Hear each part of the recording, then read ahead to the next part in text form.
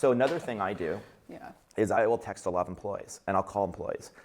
If we want to talk, a meeting is not the best way to do it. I don't do one-on-one meetings really, unless it's like somebody, I don't believe in one-on-ones, and almost no great CEO in history has ever done them. Very few. Again, we can go down the list of CEOs who don't do Well, one-on-ones. why don't you?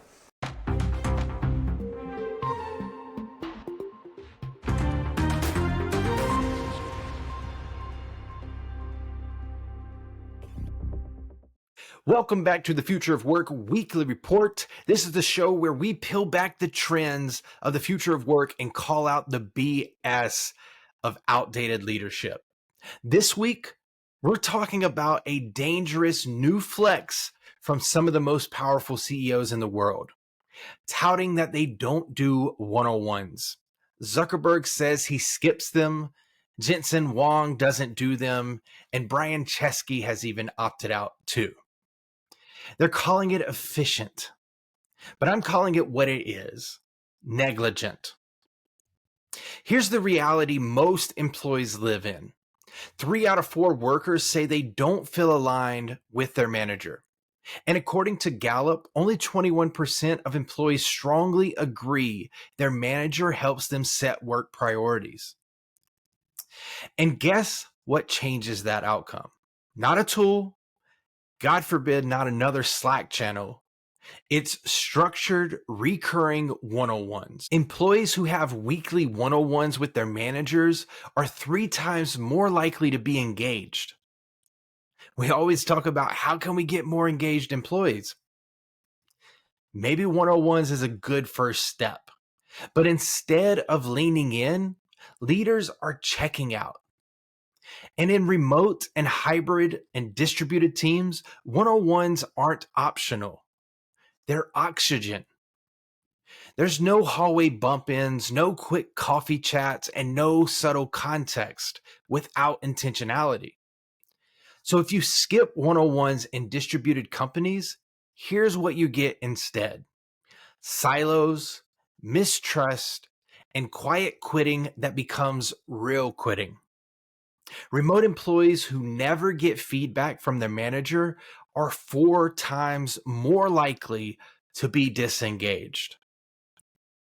4 times more likely. So another thing I do Yeah. is I will text a lot of employees and I'll call employees. If we want to talk, a meeting is not the best way to do it. I don't do one-on-one meetings really, unless it's like somebody, I don't believe in one-on-ones, and almost no great CEO in history has ever done them. Very few. Again, we can go down the list of CEOs who don't do Well, one-on-ones. why don't you? Almost every CEO did one-on-ones and they realized that the one-on-one model is flawed. It's a recurring 1-hour one-on-one meeting where the employee owns the agenda. And what happens is they often don't talk about the things you want to talk about. You become like their therapist, but they're bringing you problems. But oftentimes they're bringing you problems that you want other people in the room to hear. In other words, there's very few times an employee should come to you one-on-one with other people. If they're concerned about something, if they're having a difficult time in their personal life, if they want to confide in something, they don't feel safe telling a group. But that should be infrequent. If that's happening frequently, that is a very ominous sign for your organization. So Jensen Huang says, I don't do one-on-ones because I want everyone to be part of the solution and get the wisdom. When you make lots of one-on-one decisions, then people feel like they don't have a decision made, they don't feel like they had a voice, they didn't have buy-in. So generally, you do group meetings. All of us choose to do group meetings. Now, there's a caveat. I do a lot of one-on-one calls and emails, and I'll call someone and say, hey, what's the status of this? I think blah, blah, blah, blah, blah, blah, blah. But it's not a recurring meeting with them owning the agenda. It's me, when I need something, I'll call somebody. So I do meetings, they're recurring meetings, they're group meetings, everyone hears, there's notes taken. It's very transparent what the topic was, what the decision made, who was in the room, who had input. So if the process was unfair in some way, I don't want to say unfair, inadequate, there's at least a record of the process and people can weigh in. And then there's really private communications, calls and texts that I'll do. And that's just partly relationship building, but that will be like a 6-minute call, not a half-hour or 1-hour one-on-one where we sit together. So most CEOs that I know started with recurring one-on-ones.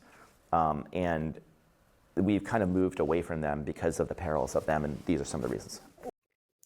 But let's switch gears and I'll show you what it looks like inside of Grapevine. So what we're going to do is we're going to navigate to Grapevine Spaces, and we're going to create a 101 team space. So let me share my screen. You should be able to see on the screen, this is our Spaces homepage. So I'm going to click a new space. I'm going to come in here. I'm going to give it a nice look. So I'm going to get this. I created this in Canva. We give you these templates. And so I'm going to say Grapevine Team 101 space. And then we'll just say something simple. In this space, you can find the team's 101s with founder Zach. Right, something like that. And then what we're going to do is we're going to make it private and we're going to make it internal. And I'll show you why that's important in a second. So, okay, so we got Grapevine Team Space right here. Now we're going to click inside of it. You always get this getting started page, but let's go ahead and create, let's say this is for Saad Shahid. He's our project manager here at Grapevine. I'm going to say 101 space. And then so what I'm going to do is I'm going to come in here and I'm just going to copy an agenda that we have created. And so what we're going to do here is I'm going to put my name, spell it a little bit better this time. And then what we can do is we can actually tag the person that this is going to be for. And then if we wanted to, we could have it week of, or we can just make it recurring. And so I'm going to say, I'm going to make it recurring. I'm just going to take that out. Now, if you wanted to, I should have already pulled this up, but I'm going to go to Zoom just to show people out there who use Zoom what this could look like. So on my other screen, I'm pulling up a Zoom. I'm getting the link so I can show you what it is. So, okay, so I got the invite link right here. And then what I'm going to do, so we don't always have to go to the calendar or whatever, wherever it is. I'm just going to go ahead and put this right here. So now whenever the meeting comes up, I can click on that and it will take me to launch Zoom. So I don't have to worry about it, right? All right. So then what I like to do is I like to have my parts. So what do I want to discuss with the employee? And then I want them to come in here and say what they would like to discuss, right? And so actually, instead of these bullet points, what I'm going to do is I'm going to come in here and I'm going to give it a to-do. So let me just go here. Let me do that again. Let's go here.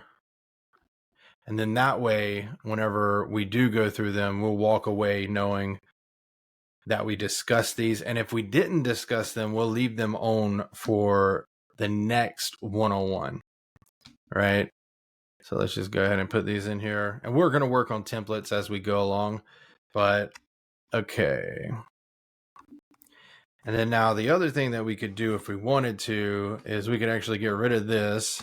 And let's just add a table. So it would be like action item name.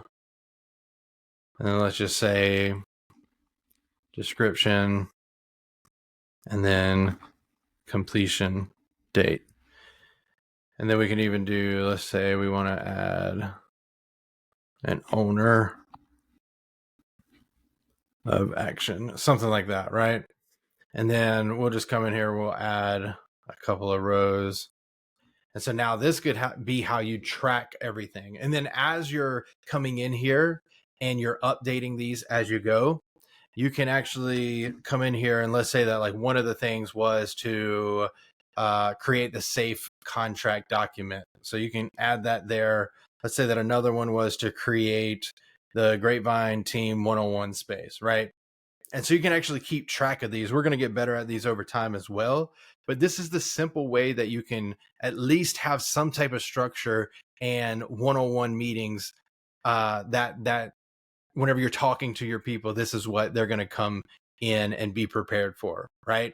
And so now the other part that I wanted to show you with spaces specifically is I can come in here and let's say Mohsen 101 space. We're going to do the same thing here. And so what I'm going to do now, obviously, whenever I paste this, it would be just a little bit different, but let's just say that we do this. And then I would come in here. I would just change this to Moosin. Spell his name right, that helps.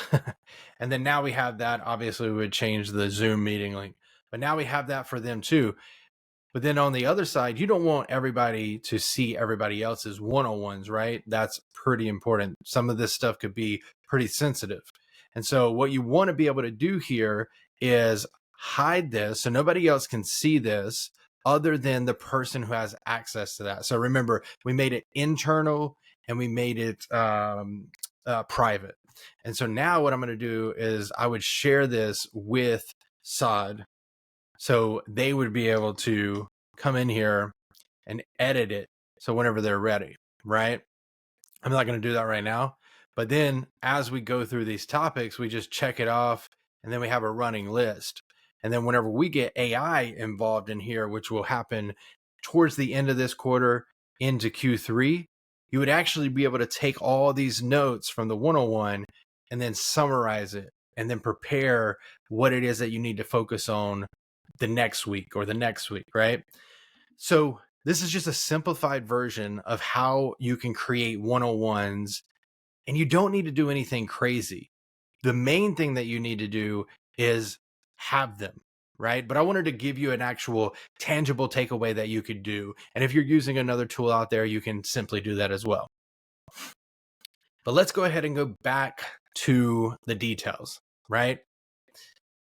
So in my own 101s, I've surfaced things that I would have never caught in group settings. And that's the importance here, is that if you're having 101s with your employees, you can sometimes find burnout before it becomes a breakdown.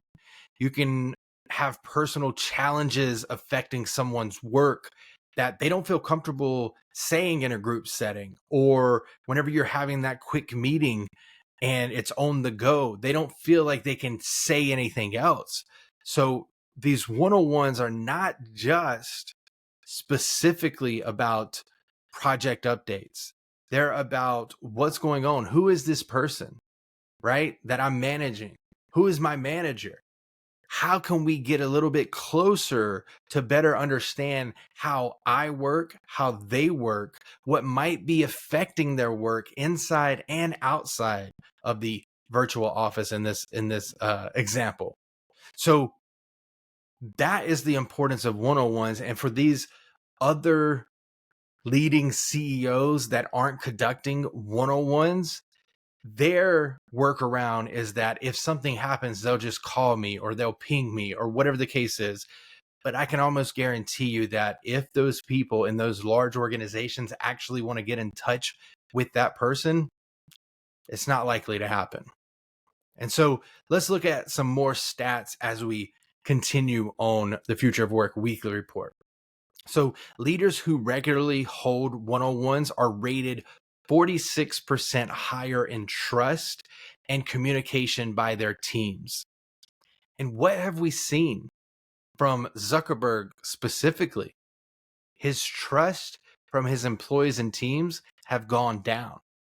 So people don't necessarily need more meetings, but what they do need is they need more meaningful and structured ones that help them in the specific areas that they need help with. And that's what 101s specifically do for employees.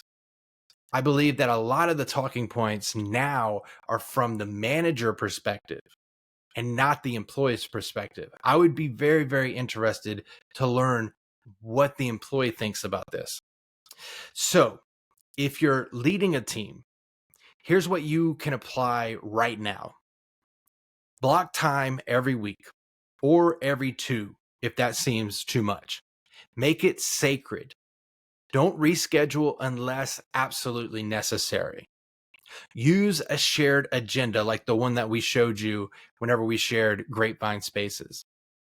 Let employees add topics in advance. If they do, read them before the call. And then 3, ask real questions. How's the project going? Isn't enough. Try this. What's been frustrating lately? Is anything unclear in your role right now? Where do you feel underused? And then 4, capture the key takeaways. That's where this action item approach comes in at the bottom of the screen share. No more, what did we talk about last week or last time, right?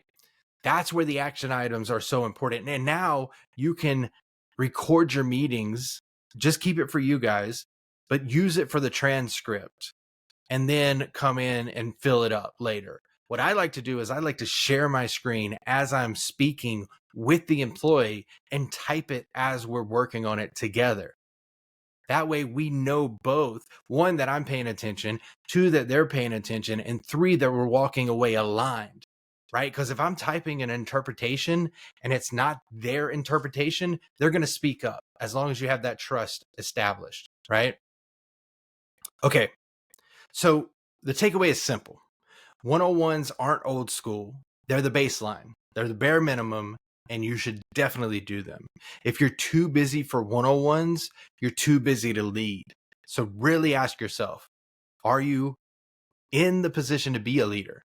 Stop calling it a lean team when you actually have a leadership void, because that's what it is. So I hope that you found this Future of Work weekly report helpful. It's a little bit more tactical and tangible. Let us know if you like this in the comments, but this has been the Future of Work weekly report.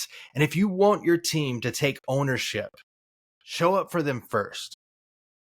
And if you want to see how we do this inside of Grapevine, check out the demo in the description or reach out to us. Not just the 101s, but the greater good of Grapevine. Otherwise, start with one question this week. What's one thing you're not saying in public channels? That one question might change everything. Thanks so much for watching. Make sure to like, subscribe, and comment below, and we'll see you on next week's Future of Work Weekly Report.